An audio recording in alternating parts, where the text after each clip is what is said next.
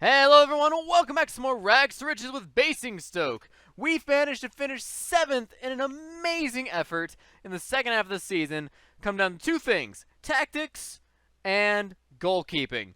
As you can see, we also have a whole lot of transfers going on. We have a huge amount of money in the bank. There's a lot to talk about this episode, but let's go ahead and get started. And we're going to jump straight in to tactics. So what happened tactically? What changed? So it comes down to a couple of key things, right?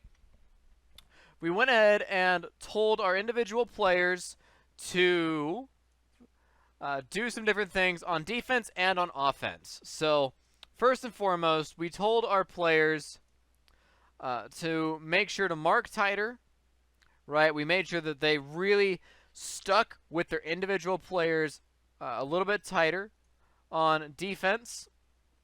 On offense, we told our players to get further forward and specifically to aim crosses at the center.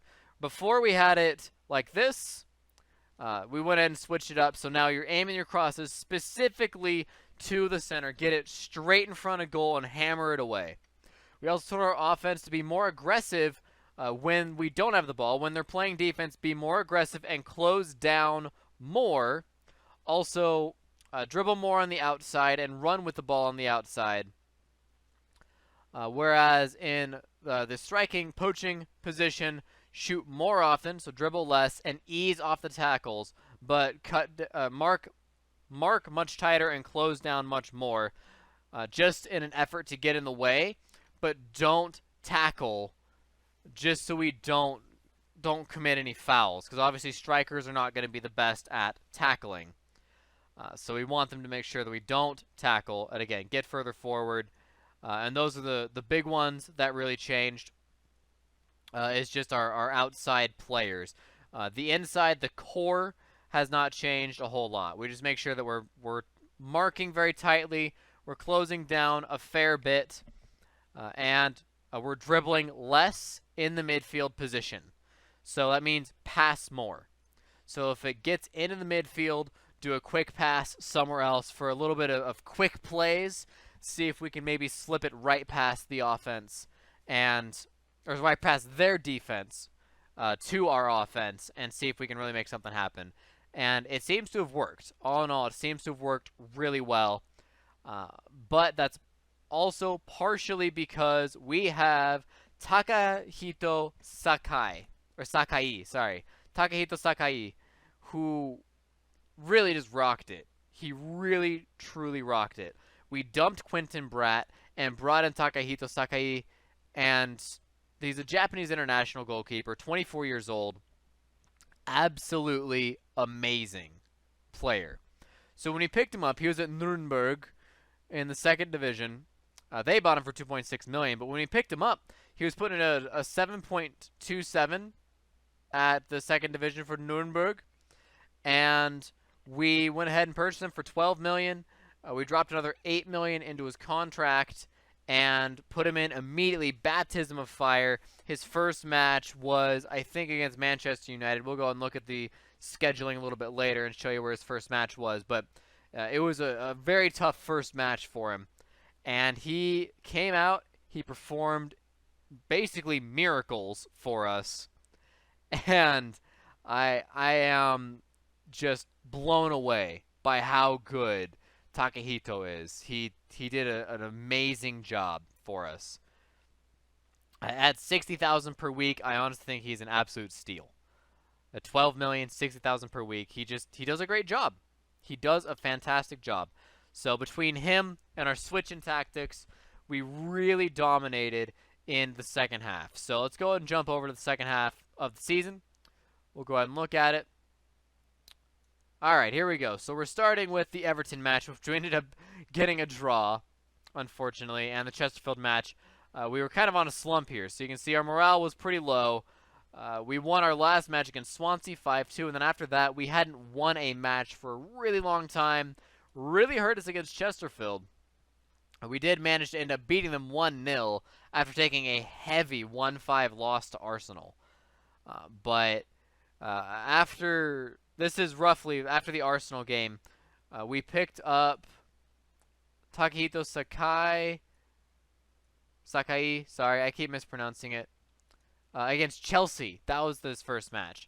We picked him up and played him against Chelsea, and then that's when we also made our tactic change shortly before. Against the Derby, we made our tactic change. And from there on out, we really started churning out positive results, did an amazing job. And I'd say the match to remember of the entire season, the match that I remember most, is the Wolves match. Now look at this. Look at these goals.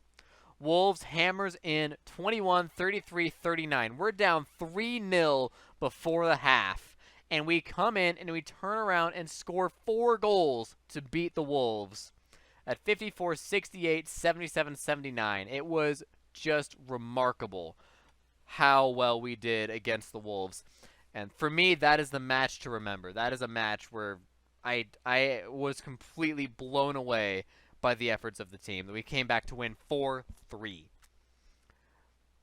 We had plenty of friendly matches in the second half of the season as well. Wanted to get some revenge against Arsenal, but we lost 1-0, unfortunately. We didn't have our goalkeeper, so I mean that makes sense. But it was a little rough. We weren't able to beat Arsenal. We got kicked out of the FA Cup in the 6th round to West Ham.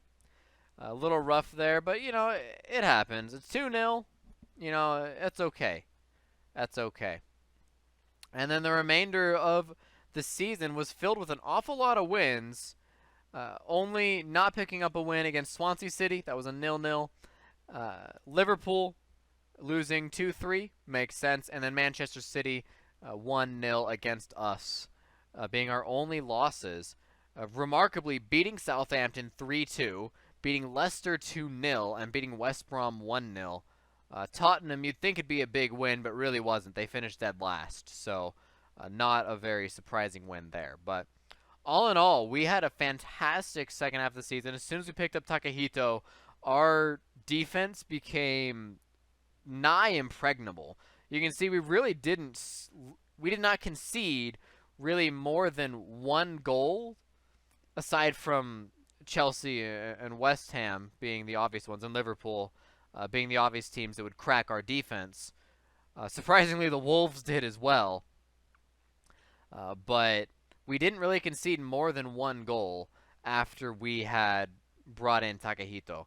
And that is a refreshing change from what Brat was doing. I mean, he did a good job, don't get me wrong. He still did a good job, but right in here was where Brat really failed us, right in the January, or right before the January transfer windows, where he really failed us, and the teams really started to turn on the heat. Quentin Brat could not keep up. He conceded 2 goals, 3 goals, you know, and then the kicker was he conceded 5 goals. He conceded 5 goals in 1 match, and it's just, we couldn't let that happen anymore, and so we sold him. I'm sure he's doing just fine. I think we sold him to Middlesbrough. We can go ahead and check transfers later as well.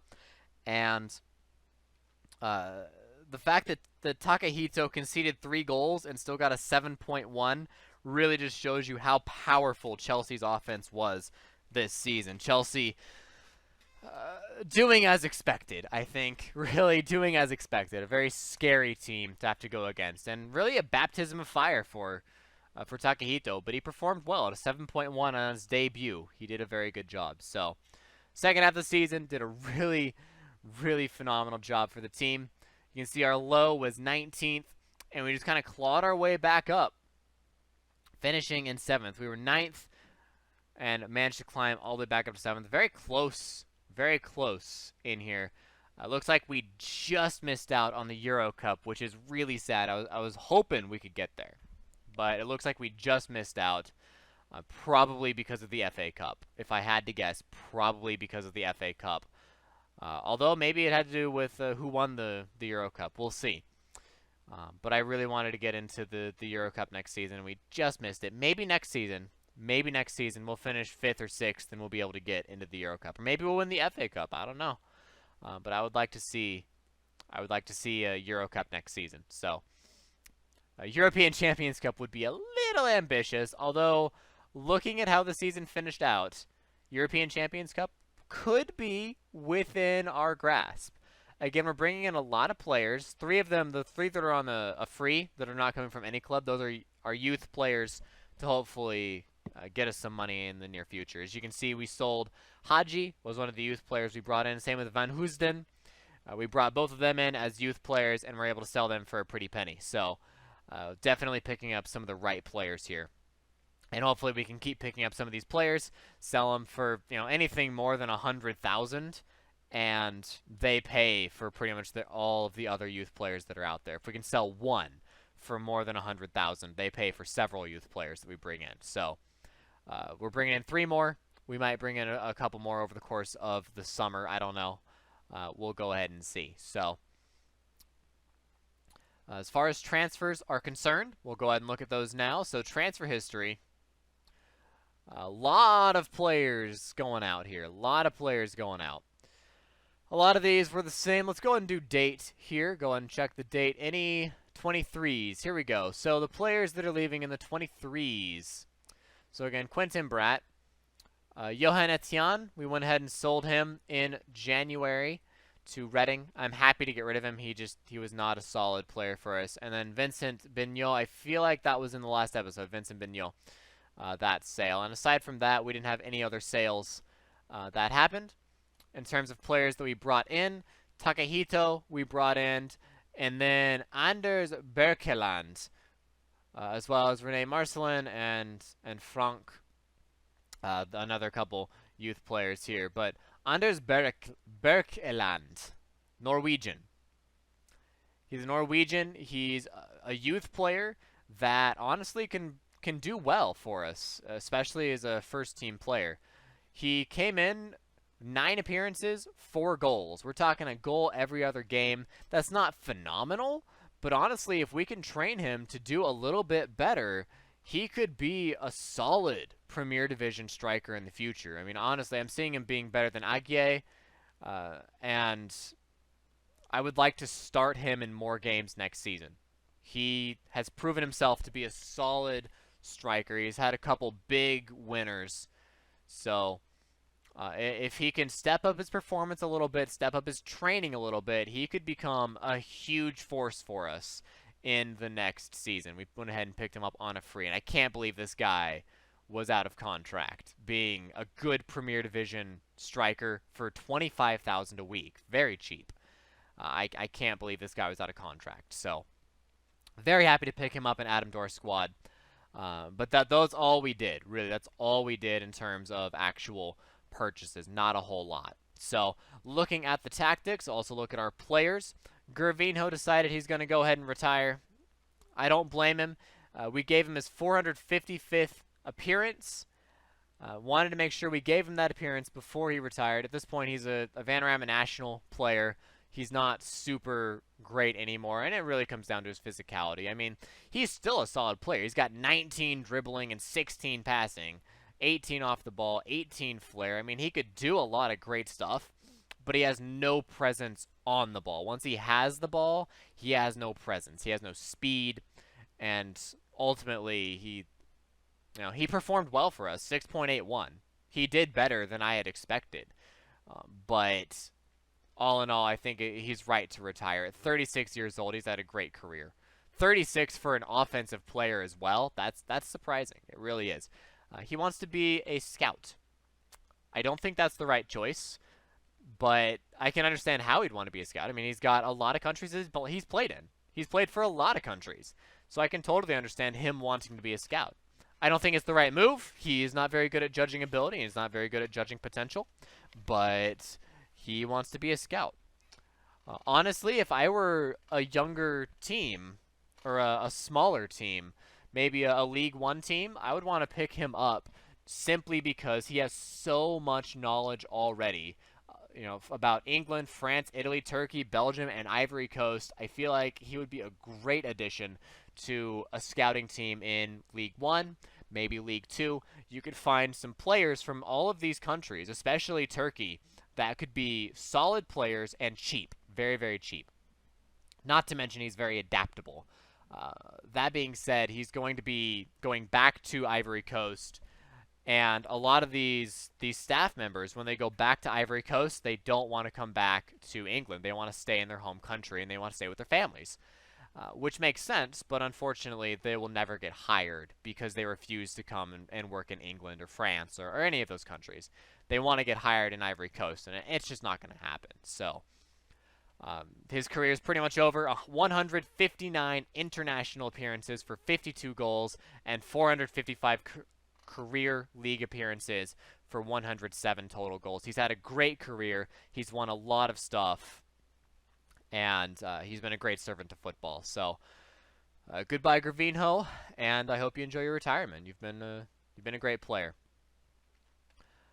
In terms of key players for the season for the entire team, Takahito, I keep talking him up. He really has done a phenomenal job for us. 18 appearances, averaging a 7.4, just barely coming in at second place across the entire team, being beaten out by Kylian Mbappe. And yes, that's what I call him. I don't know if that's how you pronounce it. I call him Mbappe because I like calling him Mbappe. He's 24 years old, and he's in contention right now for being the Youth Player of the Year for the English Premier Division. I don't think he'll end up getting it, but I'd be super happy if he did. I think it'd be amazing if he did. But let me remind you, this is a player I picked up from AS Monaco, and he is a real player. So if you're starting a new game in FM 16, this version, or FM 17, pick him up. He's at AS Monaco. We picked him up for 400,000, and he has rocked the Premier League. He is a great Premier League player. So if you see him, try and grab him. He's a great player from Cameroon. Carvalho has performed admirably for us this year. This year, he is the one that sold the most jerseys. Not surprising. Actually, closely followed by Najib. Najib did a great job for us and sold quite a few jerseys as well. Carvalho got the goal of the season for Basingstoke. He got that last year as well, I believe. He's just a great goal scorer. He doesn't score a lot of goals, but the goals he scores are beautiful. Absolutely beautiful. So, Carvalho doing a great job for the team this year. Aguier scoring a lot of goals. Ultimately, not as potent as last year, but it's hard to beat being the top goal scorer. It's really hard to best that. And that being said, he did a great job for us. Put in a 7.11. I'd like to see a better striker next season. That's why we're bringing in Reda Ba.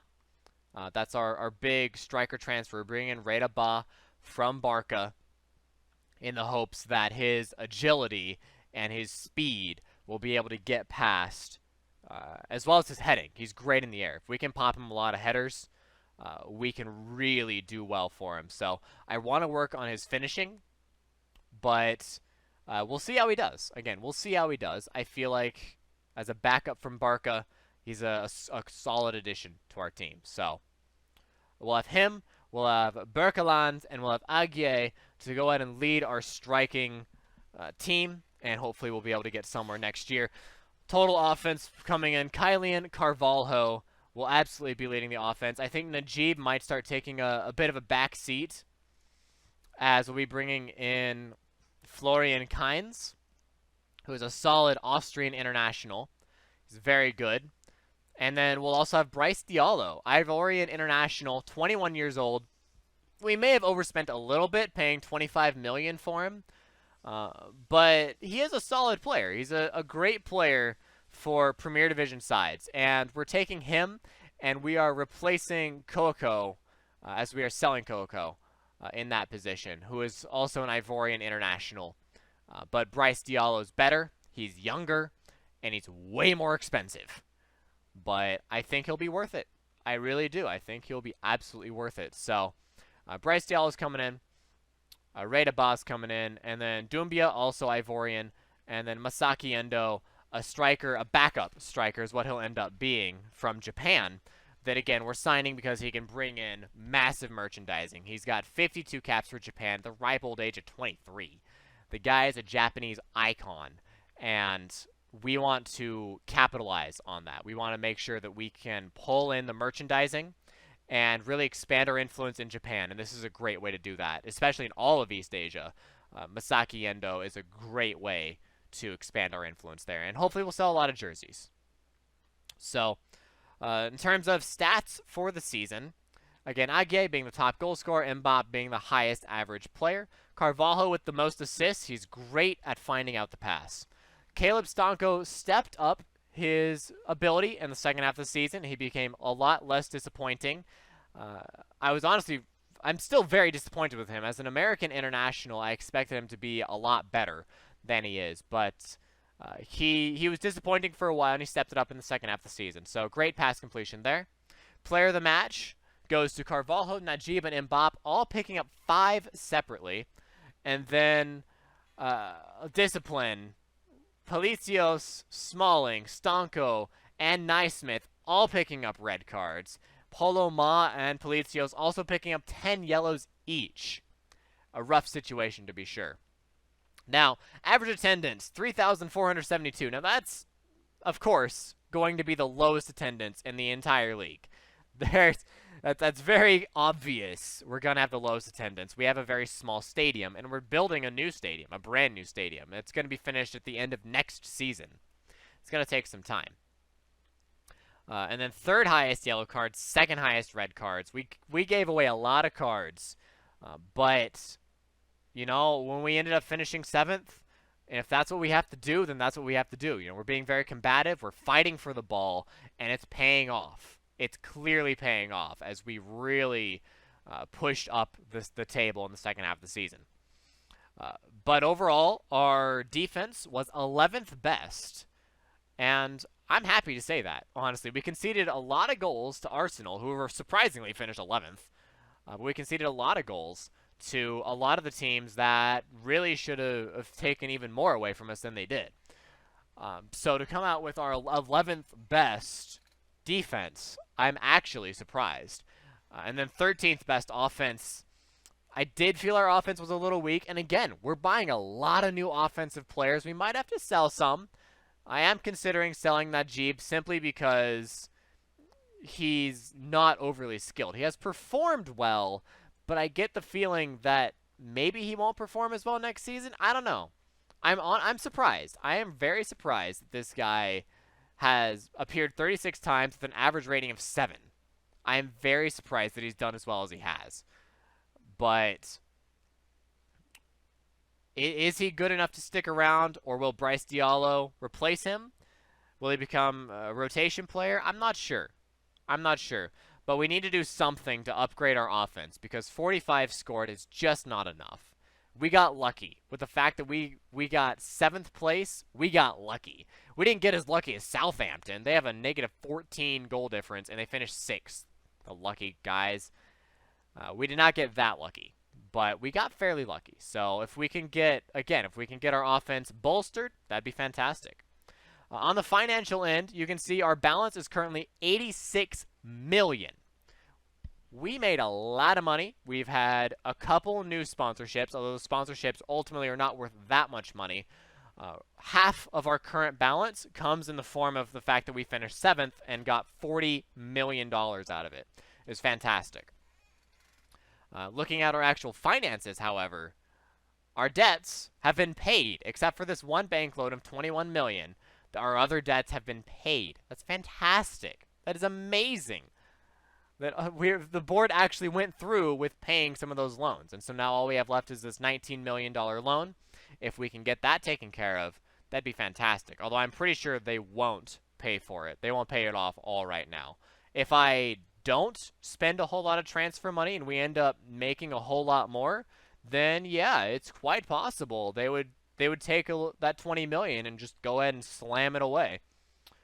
Right now, if I don't spend any more money, the board is projecting a profit next season of $192 million in profit. Now, I'm pretty sure that number is going to change dramatically, and you'll get a new number in the next episode. At the beginning of the next episode, you'll probably get a new number. But right now, the board is projecting $192 million. That does seem a little high. I will admit, it seems a little high, but we'll see what happens. In terms of interacting with the board, we've done a great job. They weren't able to get us another affiliate club. I tried to get us a club in Japan.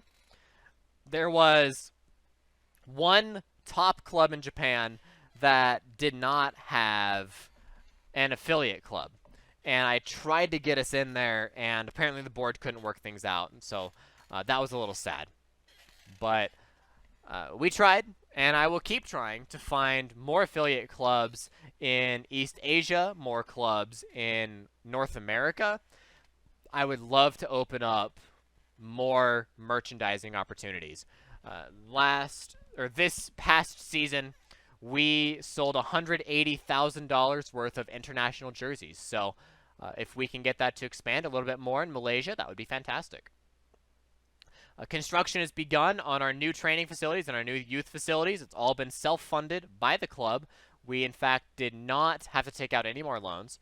So that's a big boon to us. We have improved facilities, and when we get the opportunity, I will ask to improve them yet again.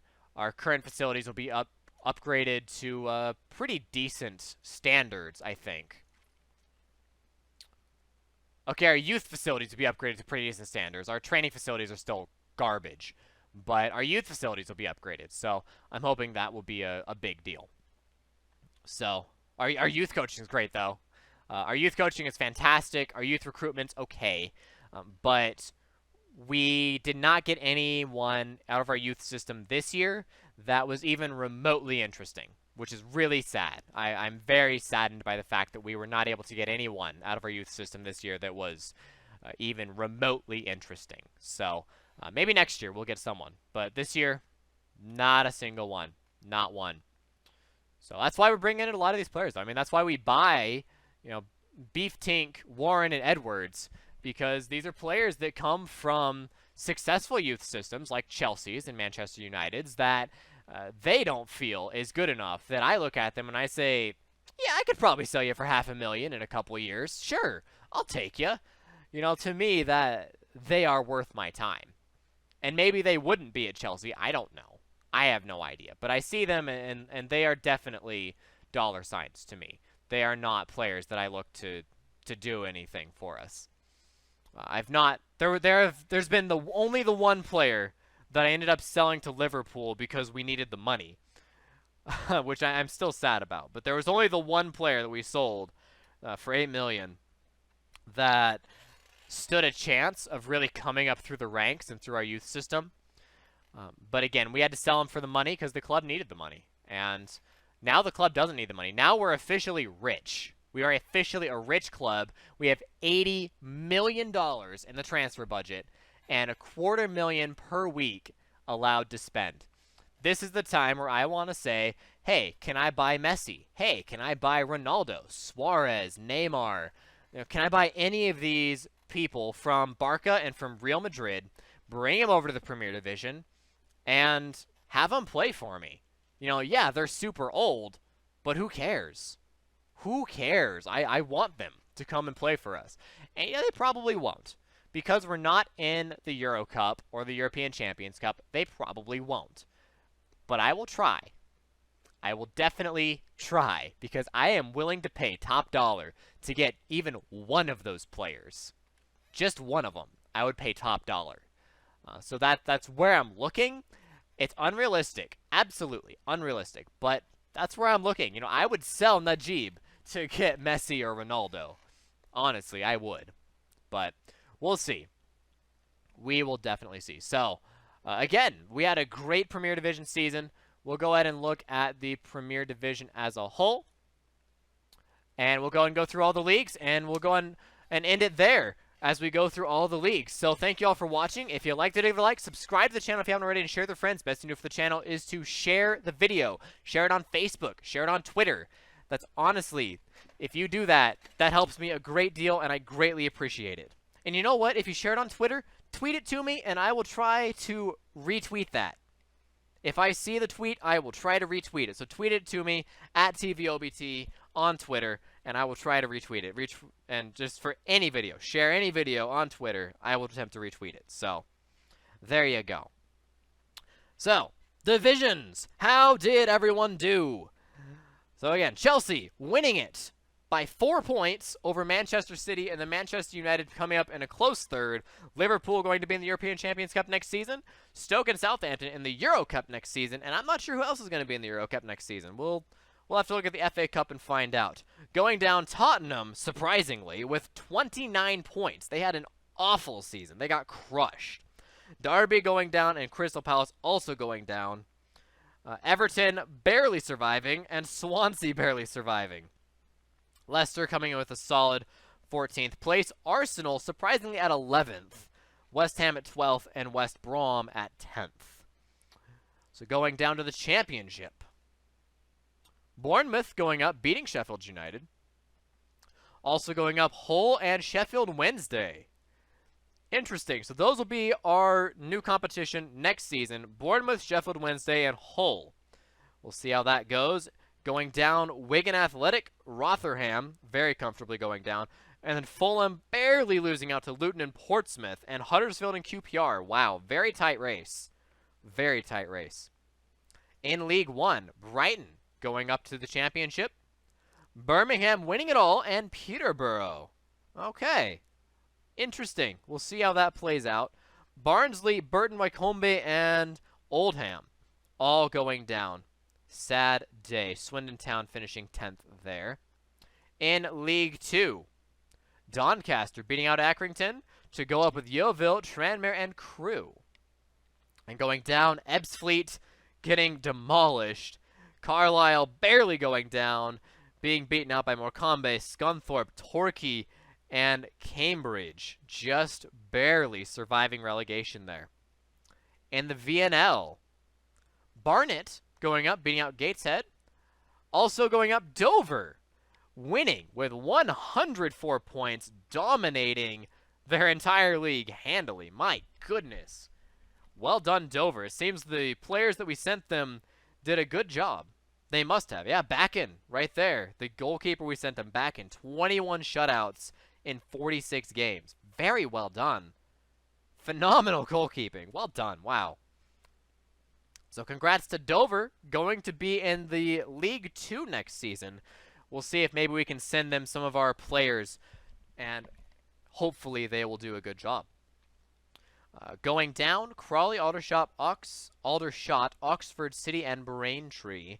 Stevenage just avoiding the drop, as well as Walking.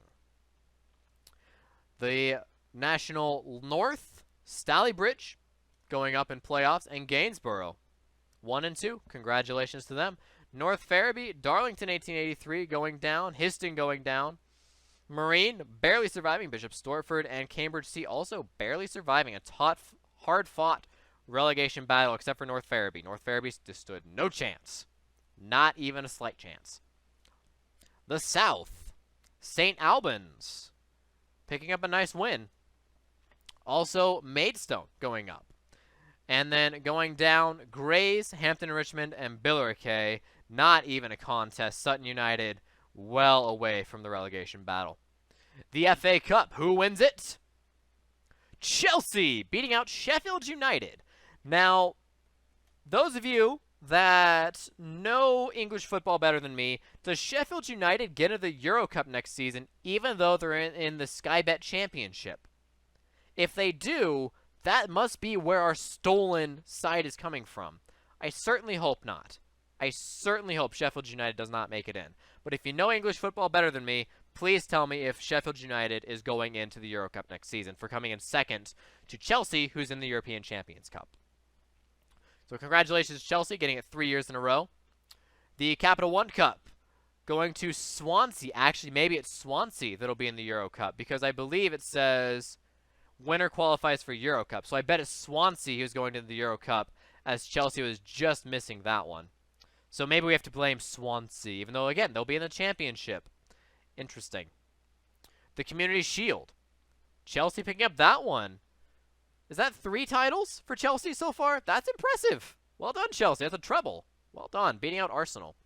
Paint Trophy going to Brighton, beating out Rockdale. Well done. And then the FA Trophy goes to Dover, beating out Salver. Dover picking a back-to-back FA Trophy wins. Congratulations to them. Well done. My goodness, look at that back-in.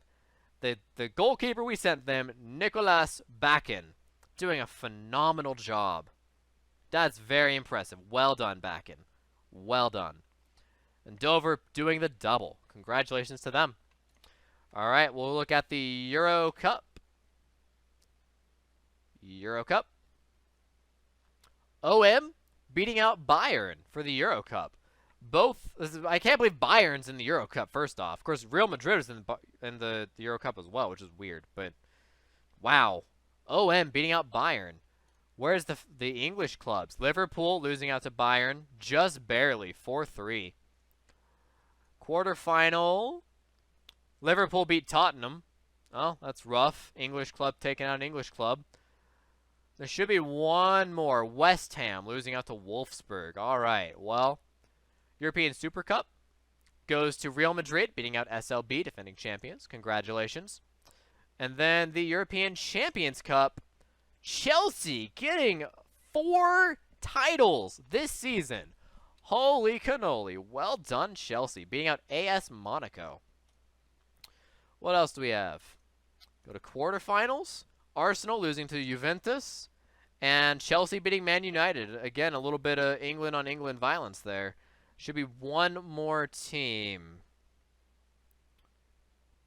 May have lost in the group stages. Oh, my. Wow. Bayern. So they went to the Euro Cup because they fell out of the European Champions Cup. That's what happened. Okay. Feel like we're missing one somewhere. What happened? I am missing somebody. Maybe I'm not. I don't know. Regardless, England clubs did really well, apparently. Chelsea picking up a lot of wins, so congratulations to them. One last thing to mention. I went ahead and took up Costa Rica under-23's job just to get a little bit of North American experience. The matches are a long ways away, so I don't foresee myself being too absorbed in them. And it's the Olympic Games North American qualifiers. So we're not exactly expected to do well. I mean, we're expected to get third. Mexico, Canada, Costa Rica, Trinidad, and Tobago. I mean, really, that's the way it's going to go. But if we can beat Canada or we can beat Mexico, we stand a fair chance at qualifying for the Olympic Games. I'd love to take Costa Rica to the Olympic Games. We'll see what happens. This is no Ivory Coast, but I think it'd be a pretty good deal. So we'll be in that. But that's not even going to be next episode. That's like 2 episodes from now that'll happen. It's a long ways away. So that's where we are in the international scene. So anyways, I believe I covered everything. There's a lot to cover. There's a lot to do and a lot to talk about. But I believe I covered everything here. So thank you all for watching. Again, like, subscribe, and share. And I will see you guys in the next episode in the preseason with Basingstoke. Again, we're hoping to get a Euro Cup or maybe even 4th place next season. We'll see what happens. We'll see how Arsenal does. They did a bad job this season. We'll see how they do. All right. Well, thanks for watching again. DFTBA.